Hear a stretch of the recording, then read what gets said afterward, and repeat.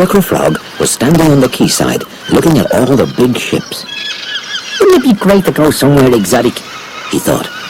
The first ship had a sign on the gangplank which said, "Bordeaux." "No," said Fiachra. "I wouldn't like to go to France. I might end up in somebody's dinner." The sign on the next ship said, "New York." "No," thought Fiachra. "I wouldn't fancy New York either. That fella King Kong might be still on the loose." The third ship was about to sail away. The gangplank had been drawn up and the mooring ropes were being untied. Without finding out where the ship was bound, Fiachra Frog took an enormous leap off the quayside and landed on the deck of the ship. Immediately, a large white cat came running at him. Fiachra hopped for his life with the cat pouncing close behind him. Around the deck they ran and the cat was catching up with Fiachra. "No!" screamed the cat. "I'll have no rats on my ship!" "What?" cried Fiachra indignantly. "How dare you call me a rat?" Fiachra jumped up onto a barrel, temporarily out of reach of the cat. "Oh," said the cat, sliding to a halt. "I was sure you were a rat. My job on this ship is to keep the rats away, but there's nothing in my contract about frogs. You are a frog, aren't you?" he inquired, looking closer at Fiachra. "Indeed I am," answered the little frog. "I've come all the way from the pond in St. Stephen's Green, looking for a bit of excitement and adventure. It gets very boring sitting on a lily all day long, you know." "Well," said the cat, whose name was Cormac, "you're on the right ship for adventure. We're on the way to Africa." "Oh, well, now that should be fun," cried Fiachra excitedly. "We've had such a terrible summer in Ireland, it'd be nice to get a bit of sun." "I might even get a tan," he laughed. So the ship made the slow journey to Africa. Fiachra and Cormac had lots of fun together on the long voyage, but they made sure to keep Fiachra out of sight of the captain or the crew. Eventually, they reached Ghana in Western Africa, and Fiachra hopped off the ship to begin exploring. "Don't go too far," called Cormac the cat. "We'll be sailing back to Ireland next week, and we wouldn't like to leave you behind." "All right," replied Fiachra as he disappeared into the deep jungle. He saw lots of strange and wonderful animals there. Monkeys swung through the trees, colourful parrots squawked and sang. The little frog saw a giraffe with its long neck, and he watched an enormous hippopotamus having a mud bath and singing to himself, "Mud, mud, a glorious mud, and nothing quite like it for cooling the blood." "It must be Saturday. Bad me," thought Fiachra. He hid behind a tree when an unfriendly-looking lion came through the jungle. Fiachra became very hot and tired strolling through the trees, and so he found a cool spot under a bush where he could sit and rest a while. Suddenly he jumped with fright when a voice behind him said, "Say, hello there." Fiachra hopped to his feet and turned round. A long, fat, slithery snake came sliding through the grass. "Oh, hell yeah," said Fiachra nervously. The snake curled its long tail around the poor little green frog and held him tightly. Fiachra decided to act nice and friendly, a bit of Dublin charm, hoping the snake might stop squeezing him so hard. "Nice to meet you, Mr. Snake. I'm Fiachra Frog and I'm on holiday from Dublin in Ireland. You know, I've never met a snake before. Tell me, what do you like to eat?" asked Fiachra, smiling bravely as the snake held him firmly with its long tail. "Well," answered the snake with a sly smile, "I like to eat spiders and mice and chickens, but my my very, very favorite food is frog." He pulled Fiachra closer, and the poor little frog was terrified of the big mouth and the sharp fangs. "How silly of me," Fiachra said with a nervous laugh. "Well, I should have known that, but being from Ireland, you know, we haven't got any snakes at all," he stammered. "So I've heard," said the snake. "I believe St. Patrick drove all the snakes away years and years ago." No, said Fiachra quickly. See, that's only a silly legend. I'll tell you why we've no snakes in Ireland. It's the poison frogs, you see. Yeah, poison frogs. What? Cried the snake, and he moved back a little. What do you mean, poison frogs? Well, it's true, you see. All the frogs in Ireland are poisonous, said Fiachra. And years ago, when the snakes ate the poison frogs, they all died a terrible death. Rolling round they were, screaming in misery and agony from the poison frogs they'd eaten. They died rotten, so they did. That's why there are no snakes left in Ireland. Rubbish, cried the snake. St. Patrick banished the snakes from Ireland. My granny told me so. Well, said Fiachra, I'm from Ireland, so I should know. In fact, I come from the most poisonous place of all there, the pond in St. Stephen's Green, in the heart of Dublin. All the Dublin snakes died rotten. But if you don't believe me, why don't you eat me? The snake's beady eyes were filled with terror. He dropped Fiachra Frog and scurried quickly away. Hey, where are you going? Called Fiachra. I had a big breakfast, and I'm not hungry at all, cried the snake as he disappeared into the bushes. Don't go, you great gas, shouted Fiachra, as he hopped away in the opposite direction, laughing at the trick he'd played. I suppose it's all right to tell little fibs if you're about to be gobbled up by a nasty snake, isn't it?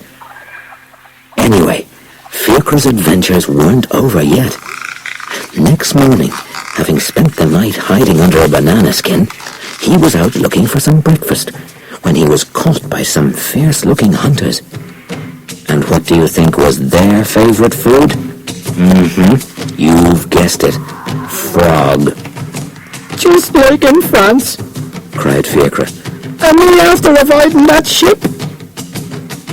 Fiachra tried to explain to the hunters about the poison Irish frogs, but they didn't understand a single word that he croaked. The chief of the tribe was a big fat man with a grass skirt. He picked Fiachra up and said, "This is the skinniest little frog we've ever caught. Give him some food to fatten him up, and we'll eat him for supper tomorrow." They put Fiachra into a box with a tiny little opening in the top of it and gave him a plate of food. He sat in the dark box, starving with hunger. Remember, he'd had no breakfast, but he was afraid to eat. "If I eat their food, I'll get fat," he thought. "And if I get fat, they'll eat me." After a long time, the hunger got the better of him, and he gobbled up the plate of food. Next day, the chief opened the little tiny lid on the box, stuck his hand inside, and pulled poor Fiachra out. The hunters had a big fire burning under a pot of boiling water ready to cook him. "He's still not fat enough," said the chief. "Give him some more food, and tomorrow we'll have him for supper." He threw Fiachra back into the box, and the hunters gave him another plate of food. He sat looking at it for a long time, afraid to eat.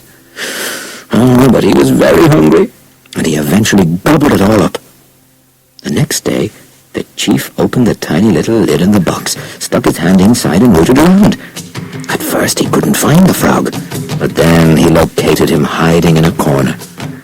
This time they had an even bigger fire blazing ready to cook him.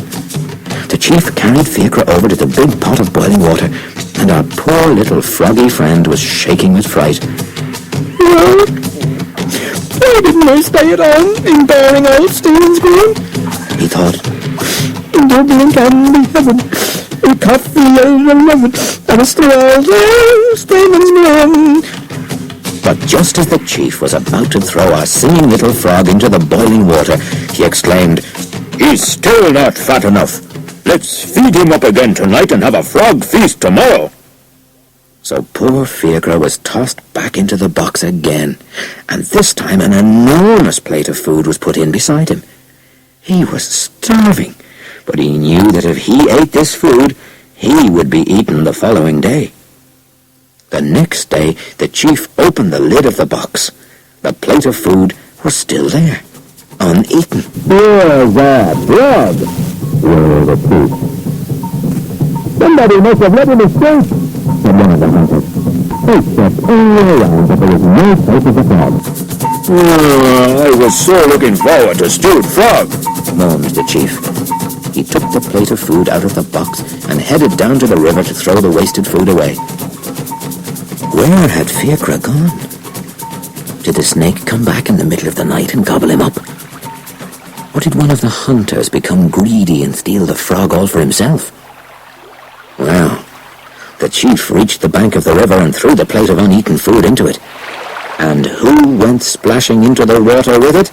Fiachra did, for the clever little frog had hidden himself underneath the food, and now he was swimming away as fast as he could.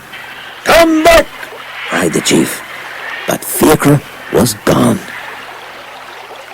"I've had enough of Africa," gasped Fiachra, still swimming as fast as possible. "This river should bring me back to the ship, and then home." But his adventures were still not over. He grew tired from swimming so fast, and climbed onto a log that was floating down the river.